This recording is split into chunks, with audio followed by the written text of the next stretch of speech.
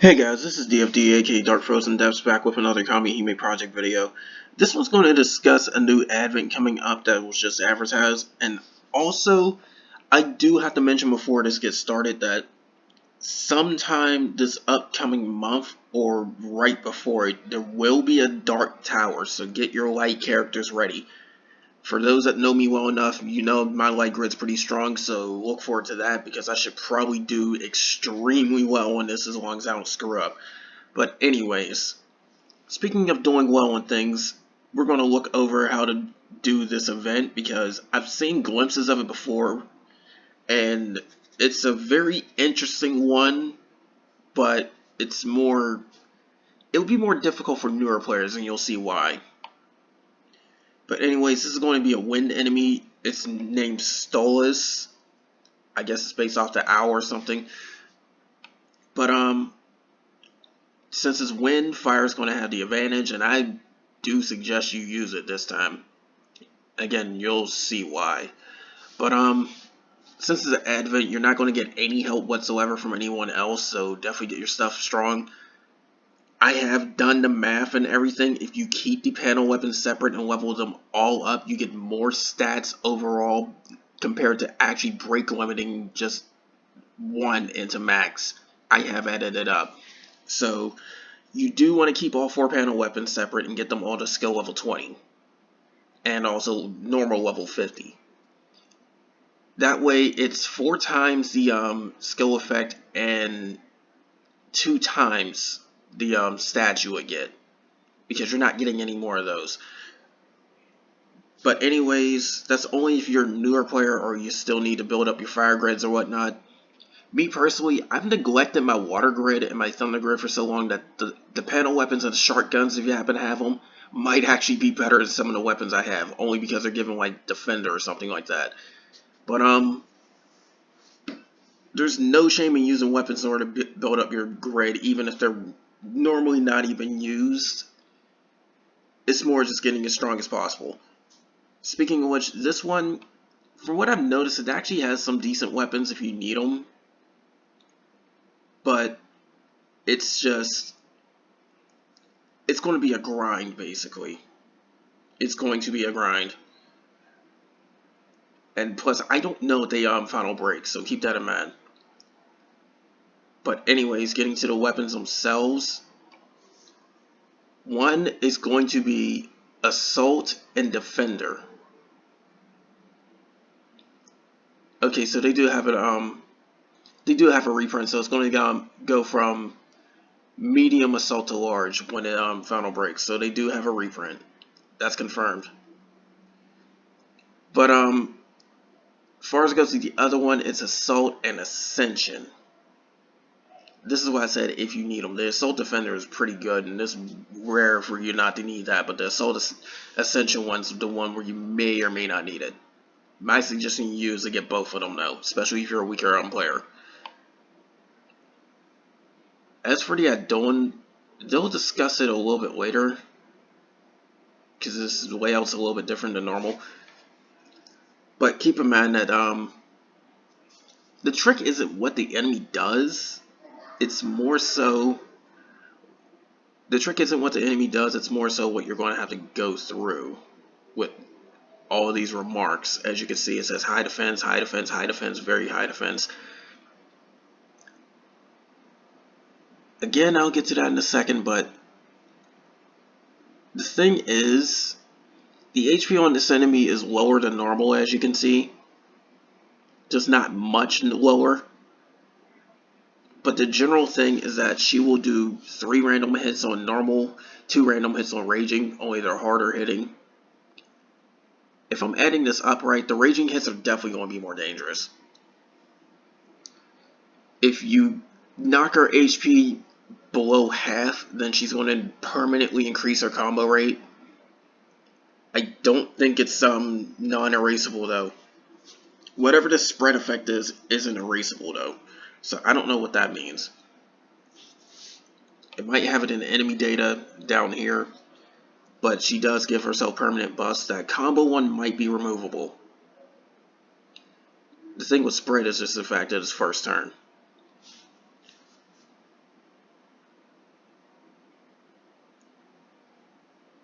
It says it generalizes a normal attack.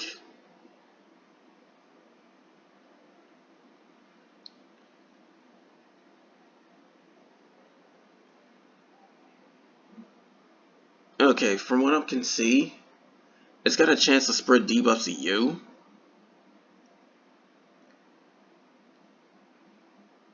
So that's something to be very careful of, if what I'm reading this is correct. This is something I didn't know about it. So that's what the spread effect might end up doing, so be very careful of that. You can't even remove it either. So when you debuff her, there's a chance she might put it on you through her normal attack, so be very careful of that. The biggest thing is definitely her high defense, like it said. To give you a perspective on what this defense is like, normal enemies typically have 10 defense. You might even find a few that have 8 defense. Those are the ones we usually fight. She has a defense value of 20. And in Ragnarok, it's a defense value of 30. That means you're generally doing about half damage you normally would, except for in Ragnarok, it'd be 1/3 of the damage. That makes her very, very resilient. And since her HP isn't much lower compared to the normal ultimates or the normal Ragnaroks, like the normal Ragnaroks, she might actually have half the HP, but she got 3 times the defense to make up for it. But the ultimate, she has a little bit less, like maybe 100,000 or 200,000 less, maybe 300,000 at most, but double defense. So that said, the fights are definitely going to be longer for newer people. That's the thing why they have these defense values right here anyways. And to put it in perspective even further, when you use a 50% damage cut, she's got the normal defense as if you didn't do it on the normal enemy. So again, your damage is going to be lower. It is definitely going to be lower. So for newer players, it's going to be a little bit of a hassle. They recommend Mordred, but if there's a spread, I don't know.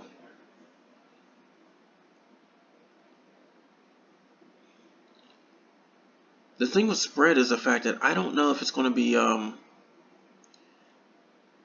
because that's the thing, it's still not clear. But it does either, my guess is it will either take some of your buffs or it will give some of her debuffs. But it does say at a low rate. So, who knows?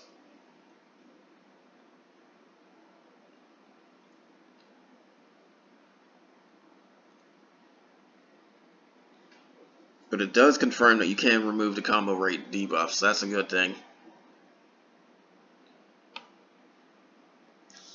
And it says Joan might actually be worth here. Honestly, to me, the souls you probably should aim for are the ones that are more offensive, so you can actually increase your damage output. I mean, Mordred's a pretty safe soul to go with anyways, and so is Joan. But you probably want to up your damage output. Simple as that, as much as possible. Now, keep in mind, if you are going for the weapons, the Wind Axe is the easier one to get, and that's the one with the Assault Defender. The one with the Assault Ascension is the harder one to get, and it's looking like a sword or a glaive. I can't tell for sure. We'll see it further down. Both of those are still pretty good grids to actually get. So there you go. Not to mention with the panel weapon setup that can go across every single element. This will set you up for a Phantom Sword if this is indeed a sword for wind. So keep that in mind. And then of course Strafe herself, you can, well, it says Strafe. It's really Stolas how they're pronouncing it for us. But she's not too hard to get either. I don't know about the other two weapons, unfortunately. Of course, there's grimoires, half elixirs, there's gacha tickets. Now, if I'm looking at this correctly, the weapon EXP and the Phantom Beast EXP spears, if we are getting these, that means we're going to get switched over to the new enhancement systems for normal experience. So if that's the case, we'll be using these spears. And my guess is that they're actually a little bit more powerful than normal. But anyway, we will be getting spears eventually, and they'll be given experience points, even for accessories too. But if that's also the case, accessories might change to where they will not need gems to level up. If that's the case, I am looking forward to that. Speaking of gems, advents are somewhat decent to grind for gems if you spam them too, so keep that in mind. You can also get soul points, you can get magic jewels. You can get these cores if you can clear Ragnarok, but you may or may not want to save them for Final Break weapons. Because this one isn't confirmed to Final Break, but if it does reprint, it probably will. But also, there's these gacha tickets. Always try to get them. These raid gacha tickets might be skippable if you're like me and have all the different raid event Kamihime that they gave. Because every raid event, well, probably not every raid event, but practically all the raid events, they'll give an SR Kamihime for free. There's been one exception to that, I do believe, and it was a holiday seasonal event or something. I don't know, but generally just expect to get those Kamihime from these. And then, far as it goes, you can also get them from Epic Quest just by starting the quest itself. So these tickets can give you some of those. If there's more Epic Quests, there's more Kamihime that'll come from there too.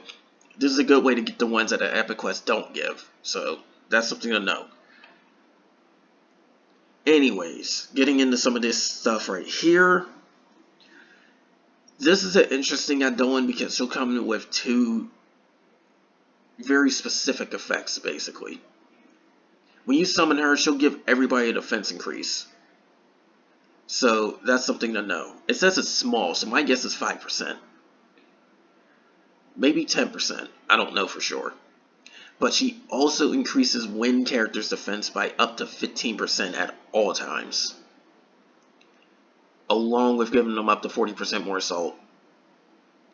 So for starting players, this actually could be pretty good because remember, permanent defense means less damage you're taking, and then you're probably not too good on assault anyways. But again, this can help you out for that quite a bit. If you do have better, then by all means use better. But this isn't too bad for a starter. As far as it goes with the weapons, it was an axe, and it was definitely a glaive because I'm seeing special sword. Glaive grids aren't too bad either. Unfortunately, that doesn't mean that you can get a phantom sword set up with this. You'd still need to find one more sword. But this magic tool is the assault for SR. Get it if you need it. Defender for SR would happen to be this staff. But since this axe gives defender, I probably wouldn't worry about it. If you really do need more defender, then go, by all means, go for it. You'll end up replacing it later, though. But that's the thing. And to deal with this essential weapon, too, Wind doesn't really have too many healers from what I've noticed. But you can increase the healing amount you get from anybody that can either A, self-heal, or B, regen. So 1 or 2 essential weapons still wouldn't be too bad. My suggestion to you is try and get both these SSR if you can. If you need it, maybe this SR crown thing. And definitely try to get the add-on, no matter what. Newer players, or even stronger players like me, always should go after these add-ons because the add-on orbs will feed. And quite frankly, even if somebody has completely maxed out all the trades for the Kaisers, you probably still should rack up add-on orbs because there's Regalia you can get from there. There's Dragonic Eye Shards. There might even be some weapons that can fill gaps on other grids or whatnot you may or may not be interested in. That's if they ever add them in there. Accessories can be bought with add-on orbs too, but they're the weaker ones. I would not try. And no, it's not weapons, it's add-ons. Because there's event add-ons too. But there's one more thing that probably would be worth getting from in there, and that might be the to refill your stamina and all that. Your raid it's BP and AP, sorry. You do need the energy refill because of the fact that if you don't have the energy to do raids and all that, then that's never a good thing. But anyways, specialized missions, if this list is correct, because remember, one time before it wasn't. But if this list is correct, you need Dark Element for Ultimate. Other than that, it's the same normal stuff. Clear without using an elixir. Clear with certain rarities on your team. And again, just to put this out there, because I'm not sure if anybody's made this mistake or not, if you do go for the rarity missions, all of your team has to be that rarity. Souls do not count, but even your sub slots have to be that rarity. So, say you have a front line full of R Kamihime attempting an ultimate mission, but your sub slots are SR, then you're going to clear the SR mission. You're not clearing the R mission. That's how it works. But anyways, this isn't too bad, really. It's just the defense thing that's the biggest issue. I'm really curious to see if we actually do get these. Because if this is the case, the next update is going to mean that we get the new EXP system. Where it's pretty much using these spears in order to build up stuff instead of the multitude of different enhancement materials. So that will really help prevent clogging up your inventory. It's another nice little quality of life change. I'm just wondering if it also means we're going to get the accessory thing changed, because if that's the case, that's going to be a big thing. Not needing any more gems to level accessories will be a major help, because that is expensive. But anyways, that's all for this. More of this is definitely going to come soon. I'm curious to see if I can actually one turn clear this because of the fact that her defense is so high, but well, not one turn, no turn clear, because I don't need the attack button. I'm kind of curious to see if I can pull that off. I probably should be able to pull it off with this one. But with Ragnarok, I'm not too sure because she's got triple defense on that one. It'll be interesting to see if I can do it without hitting the attack button. That's a special challenge for me. But anyways, that's all for this. More is going to come soon, and take care.